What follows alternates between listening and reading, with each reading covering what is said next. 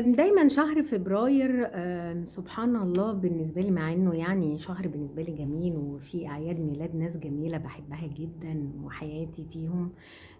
بس من الشهور اللي بيحصل لي فيها دايما ازمات، وحقيقي بجد ما ببقاش فاهمة ولا عارفة اشمعنى الشهر ده بالذات اللي بتبقى يعني لازم ما يمرش الا لما يحصل لي فيه حاجة.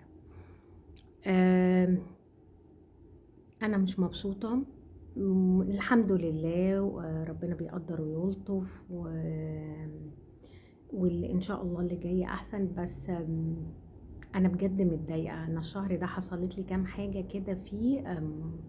يعني احنا لسه ما كملناش الشهر وبس الحمد لله. اكاونت الفيس بتاعي اتسرق، ومش غلطة حد قد ما هي غلطتي انا. ايوه، هي غلطتي انا شخصيا. غلطتي ليه؟ لان انا الاكونت اتهكر. حد من امبارح، الكلام ده بقاله يومين او 3 ايام، حد من معارفي، من اصدقائي الفريندز اللي على الفيس، اعرفها من حوالي 8 سنين وقابلتها كذا مره. واتعاملت معاها في حاجات. ست جميله وظريفه وتمام التمام بالنسبه لي يعني.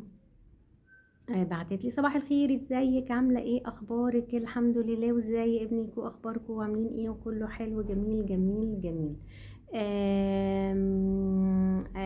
أما استأذنك بس يا حبيبة قلبي، انا عندي الفيسبوك هيبعت لك كود، ممكن تبقي تبعتيهولي علشان انا انتي من ضمن 5 اشخاص رشحهم لي الفيس علشان الجروب بتاعي بتاع الديكوريشن بتاعي وكده.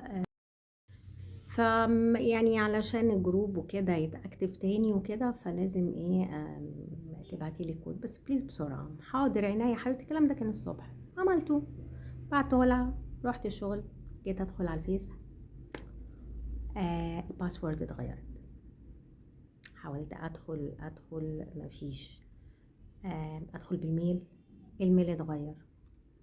ادخل برقم الموبايل، رقم الموبايل اتغير. قبل ما يتغير رقم الموبايل يديني ابعتي كود، ابعت كود، اعملي ريست للباسورد، اعمل ريست للباسورد، باسورد غلط، باسورد غلط.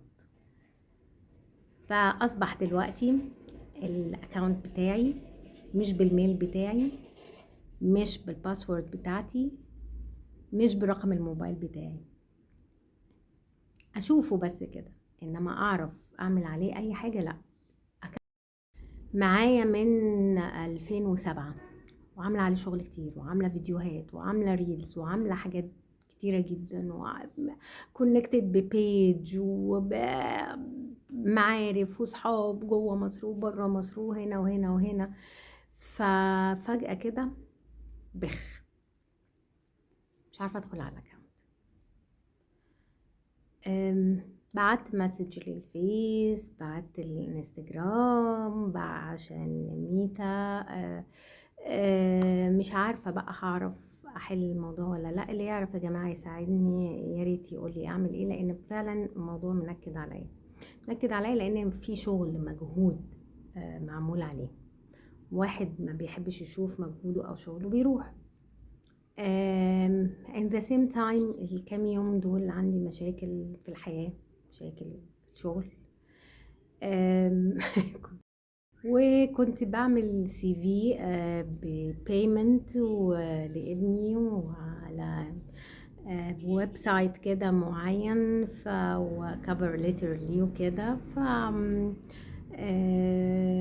دفعت اماونت صغير علشان اعرف اعمله. بعد كده بعديها بيومين 3 ايام اذ افوجئ ان الفيزا اتسحب منها مبلغ حلو كبير كده، بدون اي الارم وبدون اي حاجة من الويب سايت ده. بعت لهم، ربنا يسهل بقى اما اشوف هيحصل ايه. ف it's not my days خالص. الحمد لله، ربنا بيقدر ويلطف. كان ممكن يبقى المواضيع اصعب من كده واوحش من كده. جماعة اللي معايا على الفيس في الاكونت بتاعي خلي باله، مش انا. لو بعت اي حاجة مش انا.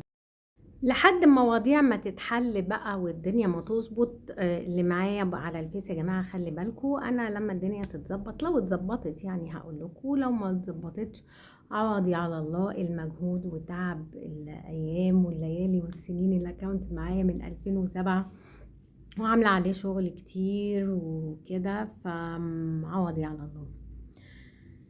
ولا حول ولا قوة إلا بالله. هنقول إيه؟ حسبي الله ونعم الوكيل. مش عارفة ايه الهدف، يعني هياخد الاكونت ويبيعه لحد علشان يشتغل عليه، حد عايز يضايقني، حد مستقصدني، حد مش عارفة، مش قادرة احدد ايه الموضوع بالظبط وايه سببه. بس ده ان دل على شيء بيدل على ان في ناس دايما بيبقى قلوبها سودا، وما تحسنوش الظن دائما. وقبل لما حد يقول لكم فكروا في اي حد يقول لكم اي حاجه تخص حساباتكم، اعملوا ريتشيك تاني على الناس دي، وهل هم دول فعلا الناس اللي انتوا تعرفوهم ولا ممكن يكونوا فيكس ولا ايه بالظبط. علشان اللي انا شايفاه مش حلو، واللي انا فيه مش حلو، مش حلو، مش حلو، ما اتمنهوش لألد اعدائي حتى. الموضوع مش ان انا اتاتشت بالفيسبوك ولا اتاتشت بالسوشيال ميديا، قد ما هو انا بعمل شغل وبعمل حاجات تفيد ناس وحاجات بتساعد ناس، فان انا starting again from the scratch، يعني ابتدي من الاول من ولا حاجة كده، ده حاجة صعبة. ولله الامر من قبل ومن بعد، ما اقدرش اقول غير كده. وادعوا لي واشكركم. ميرسي.